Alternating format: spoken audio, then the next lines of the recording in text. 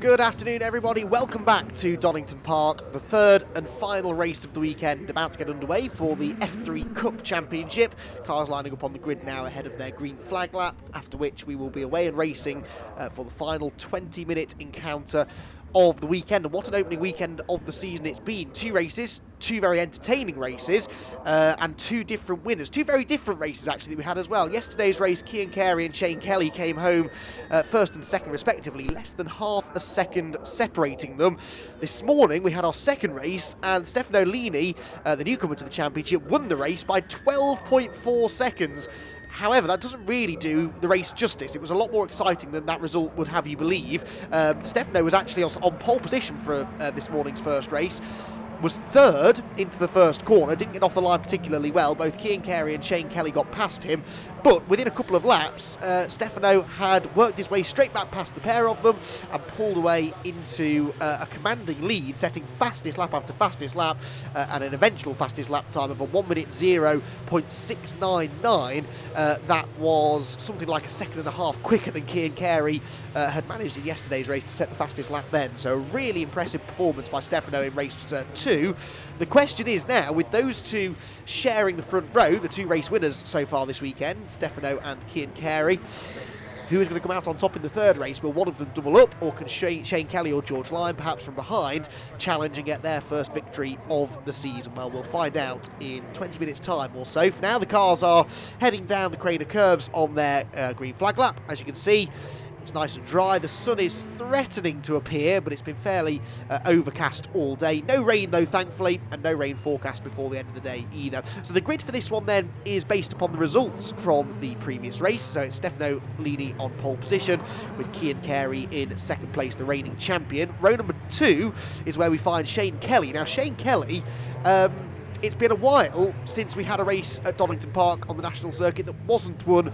by Cian Carey. He won a race here last year, the third race. Actually, it was this equivalent race that Cian Carey won here a year ago.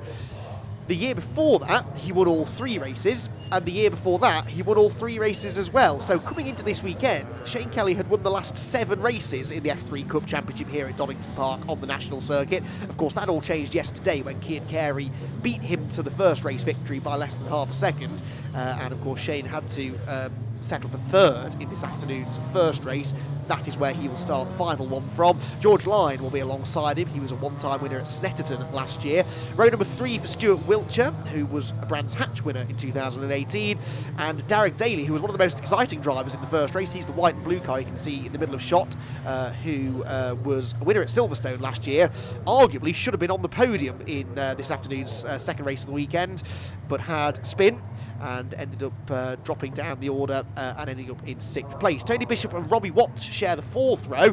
Robbie, another interesting character. He, as I said in race 1, is a very experienced racer of single-seaters, and particularly Formula 3 cars, more commonly found in MSVR's Monoposto Championships. But Robbie, unfortunately, suffered a fire about a year ago, almost exactly a year ago, actually, which destroyed his racing car and everything that went with it, really. So he's having to start all over again. Now, that car yesterday was the one that was driven by Stephen Fitzpatrick. Stephen had to go home, unfortunately, last night. Wasn't able to race today, and so he offered the car to Robbie Watts. So it's almost about a year since Robbie last raced, and he didn't do badly at all. From the back of the grid, came up into 8th place. He'll be aiming for a top 5 or 6 in this one, no doubt. Roberto Tyrone, Patrick Jeans, Adrian Holy, Philip Jeans, James Simons and Jonathan Hughes round out the field. Jonathan Hughes brought about an early end to the race when he spun at the chicane, just as he was catching that 3rd place battle. So watch the 91 car, the black car, just pulling into line now at the back of the grid. He should move forwards. So we've had 2 different winners from the first 2 F3 Cup races of the season. Will we get a third in race 3? Let's find out. As the red lights go on, they go out after another long hold. Oh, a really long hold this time, lots of creeping. Eventually they're released, and it's a good start made by Cian Carey. The race 1 winner, I think, will lead down to turn 1. Unfortunately, Jonathan Hughes goes nowhere from the back of the field, but it will be Carey that leads the way. Lini is in 2nd place. 3rd place looks to be Stuart Wiltshire, possibly, who's had a good start. Round the outside line goes Patrick Jeans, all safely through Redgate. Yes, they are. Down the Craner curves for the first time. No doubt about the top 2, though. Carey getting away from Lini, but we saw that Lini's pace was so strong in race 2. He's going to be tough to keep back in this one, I think. I'm pretty sure sure that is Wiltshire that's in third place. It looks like Cian Carey has dropped right down the order, but a contact there. Oh dear, that's Jonathan Hughes, excuse me. It was another car that was slow at the back of the grid, because Hughes had actually gained a few positions, then bangs wheels with another car at the old hairpin and starts to possibly lose some ground again. He's still there, but there he goes, just losing a little bit of ground to those that he was racing with. There's the 21 car of James Simmons coming through, the yellow machine, as they head, leaders this is, out of Coppice Corner for the first time. The top two really starting to make a break, but I don't think it's going to be long at this rate before we see Stefano Lini get past Cian Carey into the race lead. Certainly it didn't take him that long in race 2, and he actually dropped down to third place at the end of the opening lap in race 2.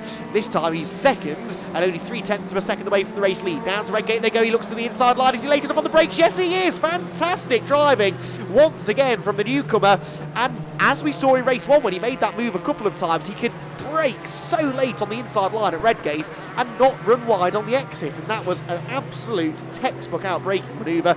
He is in a slightly newer car than that of Cian Carey, but nonetheless that was a hugely impressive move, and he now, if his race 2 pace is anything to go by, should be able to pull away. Carey is in second, it is Stuart Wiltshire third, Cian Carey down to fourth. It really has not been a typical Cian Carey Donington Park weekend, has it? He may well be off the podium in this race. Fifth position is the number 10 car of Derek Daly, so he's gained a position from where he started, at the expense, that is, of George Lyne, because George Lyne started fourth, and he is down to sixth at the end of the first lap. Side by side for third place here, though, and this is Cian Carey trying to get back on the podium, going around the outside of Stuart Wiltshire, but that could possibly leave the door open for Derek Daly behind.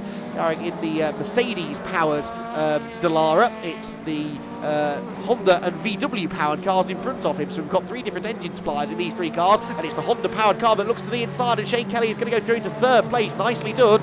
So Cian Carey in the number 11 car onto the podium places again, but he's lost so much ground to Cian Carey now. The gap between second and third is nearly 2 seconds. I don't know whether he's going to be able to close that down. We'll find out over the next 17 minutes or so. Still a long way to go in this race. And I'm keeping another eye on Derek Daly there in 5th position at the moment, looking for his first podium of the season, if at all possible. He clearly likes these fast sweeping circuits. As I say, he got that victory at Silverstone last year, and now the number 10 machine is right on the case of Stuart Wiltshire, the fast starting Stuart Wiltshire, but unfortunately his race already starting to go rather the wrong way. He's off the podium, and he may be out of 4th place before too much longer, because Derek Daly is very quick off Coppice. He goes to the inside line, which is not even defended by Stuart Wiltshire. I think he knew that Derek had the run on him there.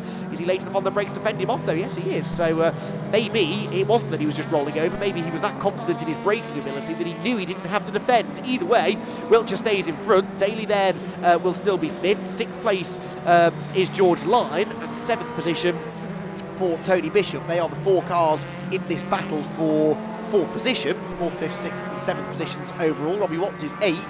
9th place for Jonathan Hughes from the back of the grid, and rounding out the top 10 is Patrick Jeans in the number 17 car.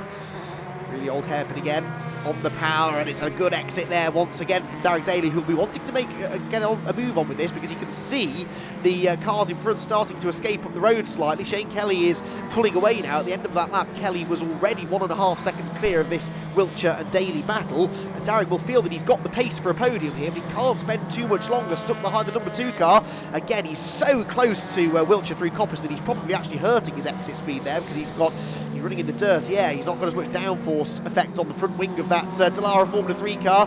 Goes to the outside at the Robert chicane, still no way through. So this quartet of cars, seemingly ever closer together, head back onto the pit straight again to complete the 4th lap of the race. Wiltshire defending into Redgate corner. To the outside goes Derek Daly. Now he's watching for the exit speed here more than anything else. He's not trying to go right round the outside at Redgate, but instead get the tight exit and carry more speed down the hill, but there's just no way through for the time being. The old hairpin is a possible overtaking opportunity though, and I think Derek Daly is trying to set it up, but Wiltshire saw it coming, just held the middle ground into the high-speed right-hander and holds on to the position, but they are now 3.3 seconds behind Cian Carey. It just goes to show how much time you lose when you have to drive defensively, especially around such a momentum circuit as this. One corner leading seamlessly into the next means that you have to be on the ideal racing line at all times to maintain any sort of decent lap time. None of these 4 drivers are really sticking to the ideal racing lines though, because they're all ducking and diving, trying to get one over on each other. Cian Carey there in, George Lyon, excuse me, there in the 6th position, trying to join in the fun as well.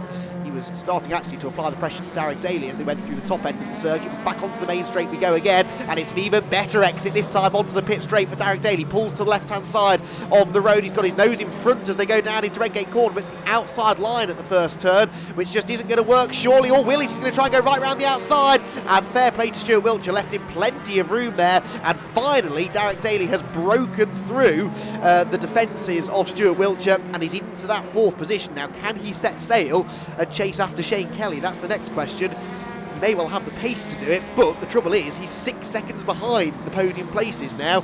So for Derek Daly, it may well be a case of too little too late, but we'll wait and see. Meanwhile, Stuart Wiltshire now has no time to catch his breath, because as soon as one car goes through, the next 2 are trying to do the same, and it's George Lyon in the yellow and blue number 5 car who is now trying to find a way past Wiltshire.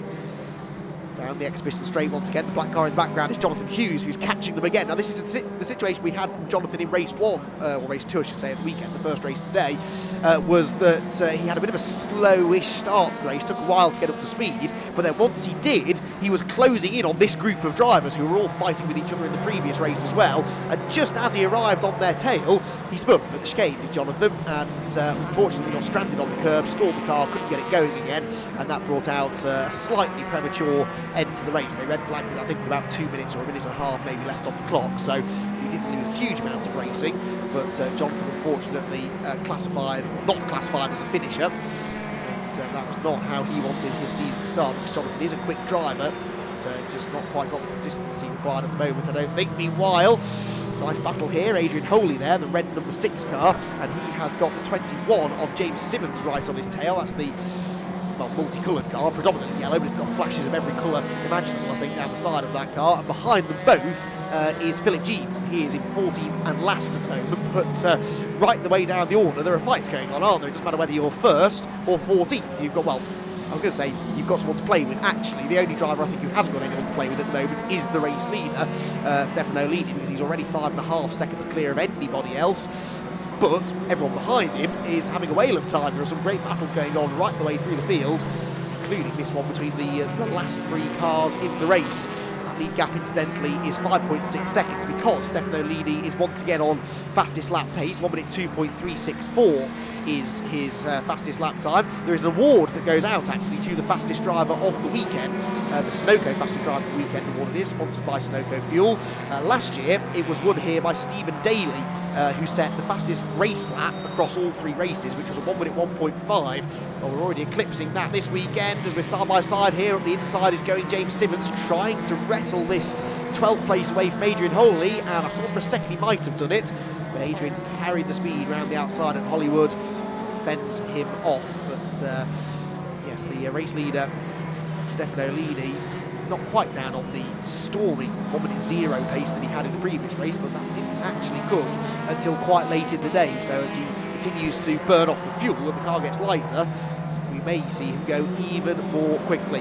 Back across the start-finish line comes Stuart Wiltshire in 5th position, and it does seem that he's actually a little bit more comfortable in 5th ahead of George Lyon than he was in 4th place ahead of Derek Daly. He has actually pulled out a small margin at the moment over Lyon behind. Then it's Bishop, and then this man Jonathan Hughes in the black number 91 car. Jonathan finished 7th in yesterday's race, obviously was a non-finisher earlier on today, but he's currently running in 8th place now, so solid midfield pace for Jonathan. But as is often the case in the F3 Cup, it's so tight that you only really have to find a 10th or so extra in qualifying, and you can leap up 2 or 3 rows on the grid. And if you can't do that and you get sort of mired back in the midfield, it can really have a negative effect on your whole weekend, because it is quite difficult to pass sometimes, not so much here at Donington, but at some of the tighter circuits maybe. Not that easy to overtake in Formula 3 racing, and track position really is key. 5-second time penalty for Derek Daly. Now, what is that for? The man who is 4th place on the road at the moment has been given a 5-second time penalty. Now, that's quite early in the race. We're only just ticking into the second half of the distance now. Is that for track limits? If it is, then he's been abusing them readily right from the word go. Derek Daly, 8th place now on corrected times with that 5 seconds added on. Now, he's got the pace that he should be able to regain regain some of those spots as we get into the second half of the race now. But Derek Daly, if that is track limits, that's awfully early, because of course if you keep doing it now, he's already been given a 5-second penalty. If he keeps on doing it, it goes up to 10 and then 15, and then potentially you get excluded from the race altogether. So Derek will really be keen to try and avoid that. Well, back with the fight not to be last as they round Redgate. They're actually about to be lapped by the race leader. The other thing that has happened, or has been happening I should say, is that the fight for second position between Cian Carey and Cian Kelly is actually getting quite tight. Cian Kelly is now within a second of his sparring partner from yesterday's race, Cian Carey. And the gap now, 0.8 of a second, came down by another 0.3 on the previous lap. So, a slow car there, which is 77, I think. Was that Roberto Tirone, I think, going slowly? That's a shame. We only had the one retirement in both of the previous two races. He may well be our first retirement of this one, put through mechanical issues rather than an off-track excursion. Side by side on the exit of the right-hander at Coppice there, and that is a positional change. Adrian Holey, having worked so hard to find a way past James Simmons earlier on, well, James has now gone past him again, and in fact charged around the outside almost of both of them goes Philip Jeans. So 2 places lost there for Adrian Holey. Has he got a problem? Too sure. Right now, the biggest problem for these 3 drivers is staying out of the way of the race leader, because Stefano Lini is coming through to lap them in the black and yellow number 28 car. He crosses the line to go on to the 12th lap of the race, and off has gone Derek Daly. Well, that's definitely exceeding track limits. That looks to be the exit of Coppice for me, and I think Derek Daly may have stalled the car. Even if he hasn't, he could be beached in gravel. Now, is that going to require a safety car? If it does, that will close the whole field back together. Derek Daly, there doesn't seem to be much sign of movement from that car. I think he may well be stranded. That is a really unfortunate end to what was already a fairly unfortunate race with that 5-second time penalty. I guess in a way it now becomes more or less irrelevant because he's out of the race, it would seem, anyway. So, I said we'd only had one retirement in the previous 2 races. We've already doubled on that then by the looks of it in this third and final race of the day, because Roberto Tirone has come into the pit lane, presumably to retire with that mechanical issue, but we've possibly now lost Derek Daly as well. Meanwhile, back with our 4th place battle, Stuart Wiltshire, George Lyon and Tony Bishop getting themselves a bit closer together now. 2 cars in shot there were Lyon and Bishop, as the safety car is scrambled, and that is why, because Derek Daly has not been able to get the number 10 car fired up and is trudging his way through the Coppice gravel trap to a place of safety, but that means the car is still left in a dangerous position and needs to be recovered. So unfortunately, we will have a safety car period. Now, with 7 minutes to go, it shouldn't take too long to get that car moved. So, fingers crossed, we will still get some racing after this. But it will be a bit of a dash for the cash, I think, at the end. Shouldn't really concern Stefano Lini too much, because not only has he shown that he's got the pace to pull away on numerous occasions, but he's actually got a couple of back markers now between himself and Cian Carey. What this really does is it gives Cian Carey and Cian Kelly a chance to get themselves together again, although there's actually a back marker between the looks. The yellow car there is Cian Kelly, he is the 3rd place man, and in front of him is not Cian Carey, it is Adrian Holey, because Cian has just lapped Adrian, and Shane did not get the chance to do so before the safety car came out. So immediately on the restart there will be back markers separating each of the top 3 cars. And of course there's no overtaking, whether it's to overtake a back marker or to overtake someone for position. You can't overtake until you cross the start-finish line at the restart. So quite often we can see this split the field up a little bit. There's Patrick Jeans into 11th place now in the number 7 car. Fortunately, we are down to 12 runners because Derek Daly is out of the race. As you can see, we've got the live snatch vehicle in place up at Coppice, because that is a fairly popular place to have it off. And they position one at Redgate and usually down at the old hairpin as well, because they are big old gravel traps that tend to scoop up quite a few cars over the weekend. And to speed up the recovery of said cars, the live snatch vehicle is dispatched and can remove them fairly swiftly.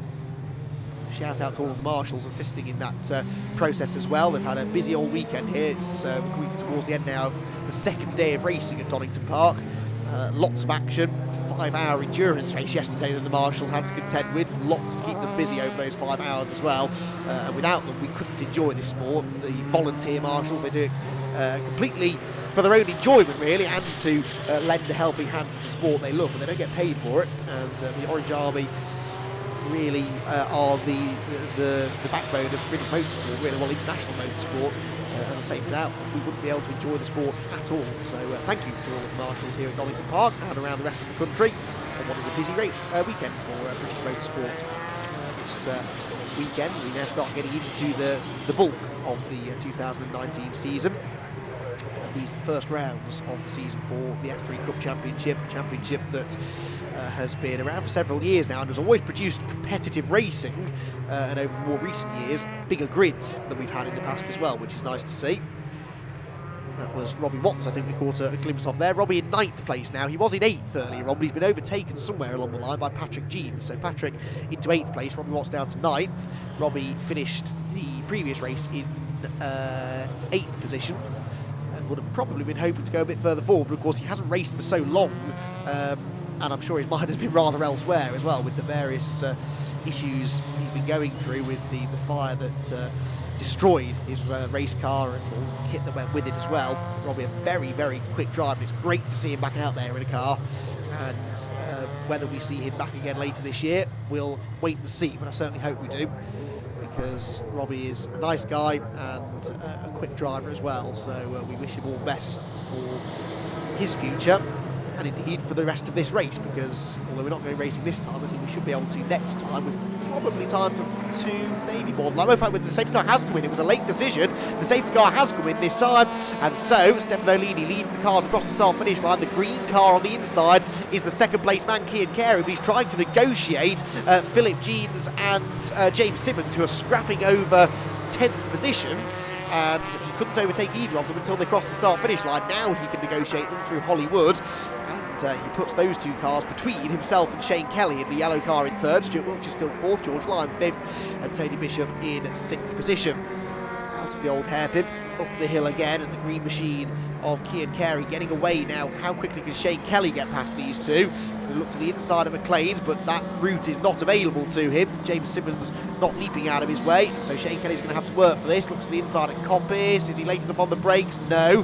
This is definitely losing in time, and not only is he losing ground to Cian Carey, but actually Stuart Wiltshire, George Lyon and Tony Bishop are catching him, so we could have 4 cars together for 3rd place here as a direct result of the traffic. Finally, Cian Carey gets up the inside of James Simmons at the chicane, but Stuart Wiltshire's going to try and follow him through as well. It gets very busy indeed. There's almost contact. Oh, how on earth did they all miss each other then? I think James Simmons got out of the way, but I think also Philip Jeans basically came to a standstill to try and avoid getting in the way of the leaders, or the podium contenders, and in doing so caused a bit of a traffic jam, but they all miraculously escaped without any major contact, if any at all, and even more miraculously perhaps, still in the same order, but that has rather let Cian Carey off the hook, because he's been able to pull back away now from Wiltshire. It's George Lyon coming under pressure now from Tony Bishop, the yellow car ahead of the white and red one, down into the old hairpin.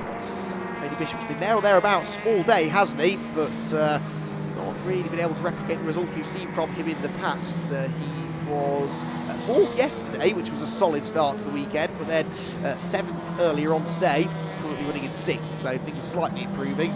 But he can see, could at the restart at least see a podium position. You can certainly see a top 5 though, because that is right in front of him at the moment. The 5th place being held by George Lyon. Tony Bishop looking to try and mount a challenge now as we come down to the chicane for what should be the penultimate time. Anti-penultimate time. I think we've got time for 2 more laps after this one, because the race leader has just gone through onto the 17th lap. With 1 minute and 20 seconds to go, and they're lapping in the 1 minute 1 bracket, or at least the leader is. So 2 more laps to go in this race. We're side by side for 5th place. Tony Bishop to the outside of George Lyon at Redgate. This may work. We've seen overtaking done around the outside of Redgate today, but more likely you're going to try and cut back and get the exit down the hill. No, that doesn't work either. So George Lyon still hanging on. This is backing them both up into Jonathan Hughes, the black car behind them, and letting Stuart Wiltshire rather pull away in 4th position. 101.915 incidentally is the new fastest lap of the race by the race leader. He's already 4.6 seconds clear of anybody else, but this is the closest group of cars on the circuit right now, and Tony Bishop couldn't be any closer to the back of George Lyon's car without hitting it as they go through McLean's. But again, I think he got a bit too close there. The car understeered a bit wide, and Jonathan Hughes now latches onto his gearbox. Out of the Coppice corner, let the car run out to the edge of the circuit, but not beyond it, because then you'll find yourself in the gravel like Derek Daly did a few minutes ago. Down the chicane we go though. George Lyon for now defending nicely. We are now onto the final lap for the race leaders. These cars about to come through and start their final lap now. Are we going to see any late changes? Not likely inside the top 3 or 4. It's really 5th place back where we could see some positional swapping. And actually George Lyon's got away slightly now from Bishop into Redgate corner. What's going on in the dice is behind. Well, there is Philip Jeans still ahead of James Simmons in the yellow number 21 car. But ahead of everybody fairly comfortably is Stefano leading now. He won the first race by 12.4 seconds, but the second race of the weekend, I should say. Of course, we have that safety car interlude in this one, so it will be a slightly reduced margin. Nonetheless, he is continuing to set fastest lap pace right down to the end. His previous lap, the 17th of the race, was a 1 minute 1.714, so clearly no tyre deterioration there. He has been on spectacular form. He may have non-finished the first race of the weekend, but he's more than made up for it today with 2 wins from the first 3 rounds for Stefano Linek, and a fantastic drive that was in both races. Had to do some overtaking in both of them. Once he hit the front, there was no catching him. Cian Carey in second. Third place goes the way of Cian Carey. Those two are definitely going to be championship contenders this year as well. For fourth, it will be Wiltshire, and for fifth, it will just about be George Lyon, ahead of Tony Bishop sixth and Jonathan Hughes seventh. But those three were separated by less than half a second at the flag. Then it will be Patrick Jeans, who comes home in 8th, 9th place for Robbie Watts on his return to racing, and 10th place for Philip Jeans, 11th place for James Simmons, and rounding out the 12 finishers will be Adrian Hole in the number 6 car. But well, Stefano Lini with a non-finish in the first race, that means that he probably won't be leading the championship at the end of the opening weekend, but he's certainly done an awful lot to get himself back into championship contention. I know it's early days, but it's never too early to start looking at the points, and in a championship that is likely to be decided by relatively few points, how much will he rue that non-finish at the end of the year? It's clear that Stefano is going to be a championship contender if he sticks around for the whole season, and if he can continue this sort of form through the rest of the season, there's no doubt we are in for a fascinating title run. So congratulations to Stefano Lini then. 2 wins from the first 3 races. Cian Carey snatching the victory yesterday. But in this third and final race, it is Lini from Carey from Kelly, your top 3. And in a moment or two, we'll hear from our podium finishers. Quick word with Cian. Cian, you said you wanted 3 out of 3. That's exactly what you've done. Yeah, and it wasn't come easy. I was kind of blessed with the safety car because Shane was putting me under a lot of pressure towards the end, but and the back markers I think didn't help him when the safety car came in. But yeah, I'm absolutely chuffed to get 3 wins. It's a great way to start the season, so hopefully we can build on this. 3 wins, 3 very good starts as well each time the lights went out.